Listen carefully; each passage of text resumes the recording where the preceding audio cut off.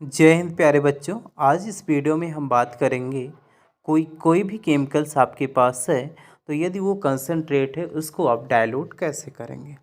जब आप लैब में जाते हैं तो लैब में डिफरेंट टाइप्स के केमिकल जो आपके सर आपको दिखाते होंगे आपके पास होता है। बेसिकली वो हम लोग क्या करते हैं, मार्केट से लेते हैं। और जब मार्केट से लेते हैं तो आप इस बात को ध्यान में रखना, वहाँ पे ये नहीं राइट किया गया होता है कि जो सोल्यूशन हम लेते हैं उसकी एक्चुअल कंसंट्रेशन क्या होती है। बेसिकली जो बॉटल्स आपको मिलेंगी वहाँ पर लिखते हैं, स्पेसिफिक ग्रेविटी लिखते हैं और परसेंटेज लिखते हैं, और इन्हीं से कैलकुलेट किया जाता है इनकी नॉर्मलिटी की, कितने नॉर्मल के बने होंगे। तो कैसे स्पेसिफिक ग्रेविटी और परसेंटेज से इनकी नॉर्मलिटी को फाइंड आउट करते हैं, इसका पूरा डाटा हम नेक्स्ट वीडियो में देने वाले हैं। लेकिन उसके पहले आपको ये समझ लेना है कि जो सोल्यूशन है हमारे पास कंसनट्रेटेड सोल्यूशन आता है उसको कैसे हम डाइल्यूट करेंगे।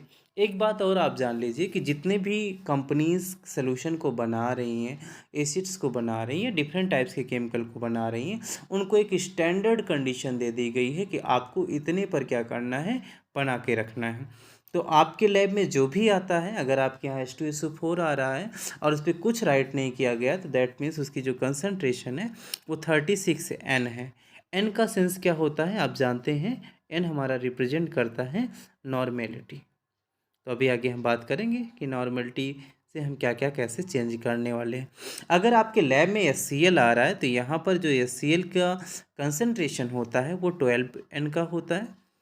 HNO3 आ रहा है तो ये आपका कितना होता है, 16 का होता है। ऐसे डाटा आपके सामने लिखे गए हैं कि जो भी आपका यहाँ पर आता है, जैसे यहाँ पर लिखा गया है NH4OH, तो बेसिकली हम लोग NH4OH नहीं मंगाते हैं, हम लोग मंगाते हैं NH3 मंगाते हैं। और जब इसकी रिएक्शन हम वाटर से करा देते हैं तो आपका क्या हो जाता है, NH4OH में कन्वर्ट हो जाता है। तो यहाँ पर इन चीज़ों को ध्यान में नहीं रखना है।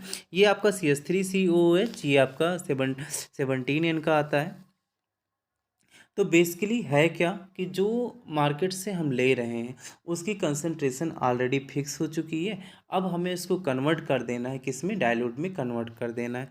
तो जब हम लोग डाइल्यूट में कन्वर्ट करेंगे तो उसकी नॉर्मलिटी हम क्या रखेंगे, देखिए यहाँ पे जो स्टैंडर्ड डाटा हमें बताया जाता है वो ये बताया जाता है कि अगर आपको डाइल्यूट बनाना है, यहाँ पर देख लेंगे दोनों साथ में मैंने कर दिया है कि कंसंट्रेशन की वैल्यू ये होती है अगर कंसंट्रेटेड सोल्यूशन है, और अगर आप नॉर्मल डाइल्यूट बना रहे हैं तो उसकी क्या होनी चाहिए। जैसे यहाँ पर दिया गया है CH3COOH के लिए आप 3N का बनाएंगे, H2SO4 के लिए 5N का बनाएंगे, HCl का आप 3N2 5N बनाएंगे, HNO3 के लिए 5N बनाएंगे। तो यहाँ पर जो रियल डाटा आपको दिख रहा है कि अगर किसी को मुझे क्या करना है, डाइल्यूट बनाना है, तो आप 3N में बना लीजिए, अदरवाइज़ 5N में बना लीजिए, वो आपको सफिशियंट आंसर देगा। बट रही बात, मैं आपको बता दूं, अगर आप 1N का बनाते हैं तब भी आपको आंसर मिलेगा, 2N का बनाते हैं तब भी आपको आंसर मिलेगा। ये कोई नेसेसिटी कंडीशन नहीं है कि आपको क्या करना है, 3N का बनाना है या 5N का बनाना है। आइए हम देखते हैं जो भी हमारे पास डाटा है, जो कंसंट्रेटेड यहाँ पर दिया गया है और जो हमें डाइल्यूट करना है, किस बेस पे इसको हम लोग कन्वर्ट करेंगे। तो यहाँ पर सबसे इम्पोर्टेंट थिंग ये है, आपके पास एक फार्मूला होना चाहिए जिस फार्मूले को हम राइट कर रहे हैं, N1V1 इक्वल टू N2V2। यहाँ पर N हमारा क्या है, N नॉर्मेलिटी है और V क्या हमारा है, वॉल्यूम है। तो कंसीडर कीजिए, अभी हम बात कर रहे थे कि हमारे पास जब H2SO4 होता था तो H2SO4 की अगर हम बात करें तो H2SO4 जो आपको मार्केट से मिला है 36N का मिला है। आपको जो बनाना है उसको ध्यान में रखना है। मान लीजिए आप क्या करना चाह रहे हैं, एक ऐसा सोल्यूशन बना रहे हैं। देखो, N1V1 आप ले लीजिए जिससे आप बनाना चाह रहे हैं, N2V2 आप ले लीजिए जो आप बना रहे हैं। तो जैसे N1 हमारा ऑलरेडी फिक्स है कि 36 का तो आता है, V1 आपको निकालना है कितना वॉल्यूम हम मिलाएंगे, और ये आपका N2, मान लो आप 5N बनाना चाहते हैं और वॉल्यूम आप कितना रखना चाहते हैं, 500 ml रखना चाहते हैं। तो आपका V1 क्या हो जाएगा, दैट मीन्स रिक्वायरमेंट जो आपको है आप लिखेंगे, ये आपका हो जाएगा 2500 हो जाएगा और बाई क्या हो जाएगा 36 हो जाएगा। अब कैलकुलेट करेंगे तो यहाँ पर जो आपको आंसर मिलेगा वो मिलेगा V1 इक्वल टू 69.44 ml। तो अगर आपको क्या करना होगा, H2SO4 का आप सोल्यूशन बनाना चाह रहे हैं, 5N करना चाह रहे हैं, तो आपको बस केवल इतना सा काम करना है कि इस फार्मूले का यूज़ कर लेना है और जहाँ पर आपका N1 है उसको H2SO4 की आप कंसनट्रेशन रख दीजिए। V1 क्या है हमारा, उसी को तो हमें कैलकुलेट करना है कितना ml डालेंगे, और N2 क्या है कितनी कंसनट्रेशन का हम बनाना चाह रहे हैं, और V2 क्या है कितने वॉल्यूम का बनाना चाह रहे हैं। तो यहाँ पर जो मैं आपको बता रहा हूँ ये मैं आपको बता रहा हूँ कि 500 ml में अगर हम बनाना चाह रहे हैं तो वैसे हम बना लेंगे।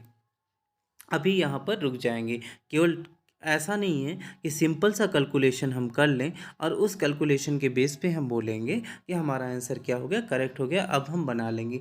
पूरी वीडियो आप देखेंगे तभी आप एक अच्छा सोल्यूशन बना पाएंगे, अदरवाइज़ कहीं ना कहीं मिस्टेक हो जाएगी और आपका 1 ड्रॉप भी केमिकल्स कहीं इधर या उधर ज़्यादा पड़ गया तो आपका जो रिजल्ट है 100% वो करेक्ट नहीं आएगा। आप केवल परेशान हो जाएंगे कि हम लेबोरेटरी वर्क कर रहे हैं। अब दूसरी बात, यहीं पर एक सिंपल सा क्वेश्चन ले लेते हैं। जैसे आपके पास ये होता है कि हम 5N का बना रहे हैं, तो ये आ रहा है अगर मेरे पास एक कंडीशन लगा दी जाए कि हम 2N का बनाना चाह रहे हैं, 2N का बनाना चाह रहे हैं, तो क्या होगा, तो फिर से वही फार्मूला यूज़ करेंगे, N1V1 इक्वल टू N2V2। ये आपका फार्मूला हो गया। V1 इक्वल टू हमारा क्या हो जाएगा, सेम भी वही हो जाएगा, N2V2 अपान N1।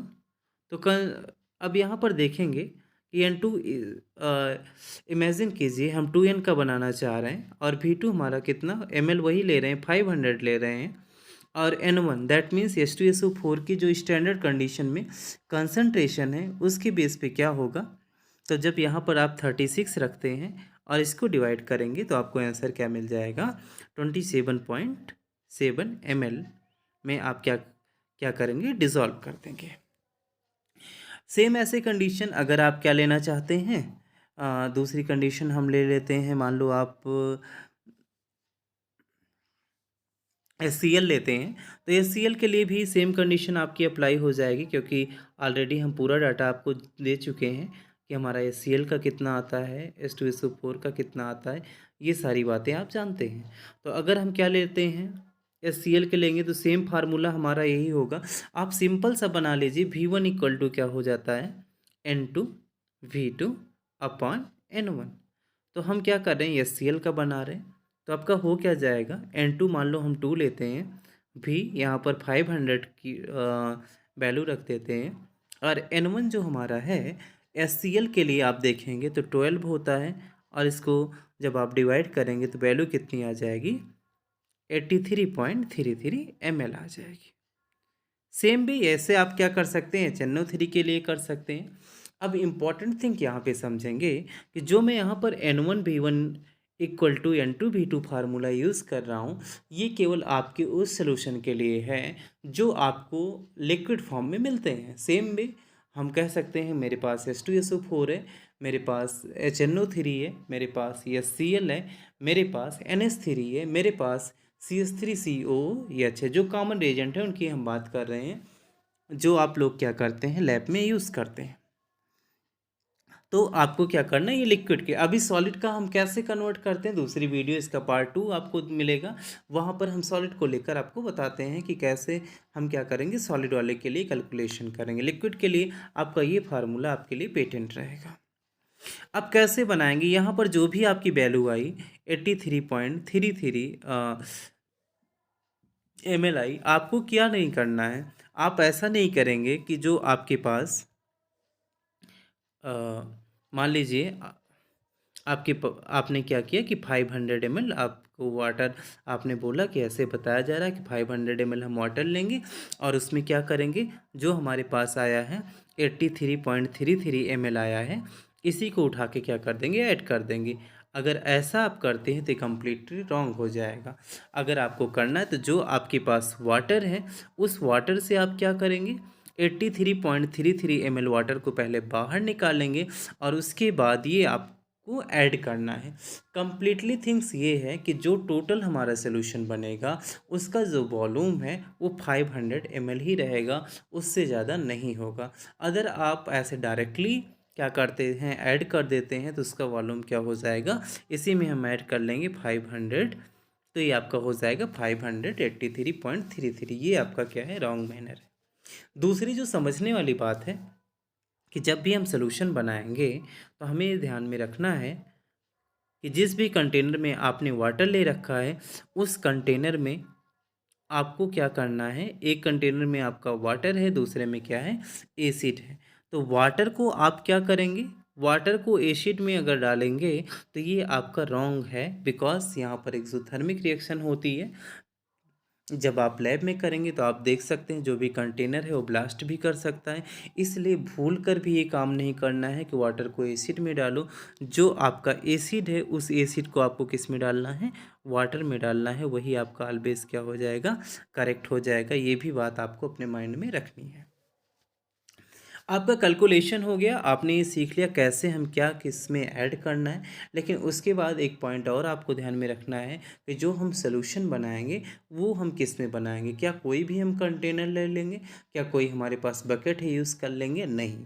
हम आपको बता रहे हैं जब भी आपको सॉल्यूशन बनाना होगा आपको क्या लेना है, वहाँ पर मेजरिंग फ्लास्क लेना है। क्या लेना है, मेजरिंग फ्लास्क लेना है। मेजरिंग फ्लास्क में ही आप क्या करेंगे, सोल्यूशन बनाएंगे। आइए आपको दिखाते हैं मेजरिंग फ्लास्क हमारा दिखता कैसे है। लैब में जब भी आप देखेंगे तो मेजरिंग फ्लास्क आपका कुछ इस तरीके से दिखेगा। और यहाँ पर आप देखेंगे जैसे मैंने जो ले रखा है 500 ml का है। मे बी कुछ लैब्स में जहाँ पर क्लास 11-12 ही एक्सपेरिमेंट होता है, बेसिकली आपकी लैब में क्या मिलेगा, 250 ml का मिलेगा। तो जो भी आप कैलकुलेशन कर रहे थे 500 ml में, वही कैलकुलेशन आप क्या कर सकते हैं, 250 ml में कर सकते हैं। ये जो स्केल लगी हुई है, जितने भी आपके मेजरिंग फ्लास्क मिलेंगे यहाँ पर स्केल आपको मिलेगी, यही स्केल आपकी बता देती है कि 200 ये 500 का है, तो 500 का ये आपका हो जाएगा। कभी भी आप किसी अदर कंटेनर में सोल्यूशन नहीं बनाएंगे, मेजरिंग फ्लास्क का वर्क ही है। ऑलरेडी हम बता चुके हैं अपनी वीडियोस में कि जितने भी टाइप्स के लेबोरेटरी ऑपरेटर्स हैं उनका यूज़ हम कहाँ पे करते हैं। तो ये तो हमारा हो गया, इसमें हम लोग क्या करेंगे, सोल्यूशन बनाएंगे। दूसरी बात आपसे आती है कि जो अभी आपका एसिड आया 83.33 या समथिंग, किसी का आपने क्या किया, कैलकुलेट किया, और उस कैलकुलेशन के हिसाब से आप देखते हैं हमें क्या करना है, 40 ml लेना है। क्या करना है, 40 ml लेना है। हमें क्या लेना है, 50 ml लेना है। तो उसको कैसे हम मेजर करेंगे, तो वो भी नॉर्मली आपको मेजर नहीं करना। कैसे मेजर कर रहे हैं आपको हम ऑपरेटर्स दिखा रहे हैं। उस मार्केट में सिंपल फॉर्म में ऐसी भी टेस्ट ट्यूब आपको मिल जाएंगी जहां पर ml के स्केल लगे हैं, आप इससे भी मेजर कर सकते हैं। इसको यूज़ कर लीजिए लैब में। और दूसरी जो सबसे इम्पोर्टेंट थिंग्स होती है वो होती है आपका पिपेट। अगर आपको मेज़र करना है तो आप लोग क्या यूज़ करेंगे, पिपेट यूज़ करेंगे। पिपेट कुछ ऐसे दिखती है, जैसे यहाँ पर आपको 20 ml दिखाई पड़ रहा है, तो आप 20 ml देख सकते हैं। और डिफरेंट ml की पिपेट आपकी लैब में आपको मिल जाती है। अगर आपको ज़रूरत होगी 10 ml की भी पिपेट आती है, 20 ml की भी आती है। मैक्सिमम लोग 25 ml की पिपेट यूज़ करते हैं। आप 50 ml की ले सकते हैं और आप ले सकते हैं 100 की। दैट मीन्स डिफरेंट स्केल की पिपेट मिल जाएगी जैसे आपकी रिक्वायरमेंट होगी। तो इस बातों को आपको ध्यान में रखना है कि इस पिपेट से आप क्या करेंगे, एसिड को लेंगे। तो कुछ बच्चे ये कह सकते हैं कि जो हमारा कंसनट्रेटेड एसिड है हमारे लिए प्रॉब्लम क्रिएट करेगा और उसको पिपेट से खींचने में हमें प्रॉब्लम हो सकती है। तो उसके लिए जो मैंने पहले आपको ऑप्शन दिया कि आप क्या कर सकते हैं, इनका यूज़ कर सकते हैं, जो आपकी टेस्ट ट्यूब है। दैट मीन्स यहाँ पर पूरा स्केल बना रहेगा। या दूसरा आपका एक आता है मेजरिंग सिलेंडर, आप यूज़ कर लेंगे। लेकिन ध्यान में रखेंगे जो भी आप सिलेंडर यूज़ करेंगे उसका जो माउथ होना चाहिए वो नैरो होना चाहिए। ये इंपॉर्टेंट थिंग्स होती है। इसीलिए हम लोग पिपेट का यूज़ करते हैं कि उसका माउथ जो होता है बहुत ज़्यादा नैरो होता है। तो आई होप आप लोग सीख गए होंगे कि अगर आपको किसी लिक्विड को क्या करना है, डाइल्यूट करना है तो कैसे करेंगे। और नेक्स्ट वीडियो में दैट मीन्स इसकी सेकेंड पार्ट में आपको हम बता रहे हैं कि अगर आपके पास कोई सॉलिड हो, उस सॉलिड को डाइल्यूट कैसे हम करेंगे, किस कंसंट्रेशन का सॉल्यूशन बनाएंगे, तो वो पार्ट भी देखना ना भूलें। Thank you for watching.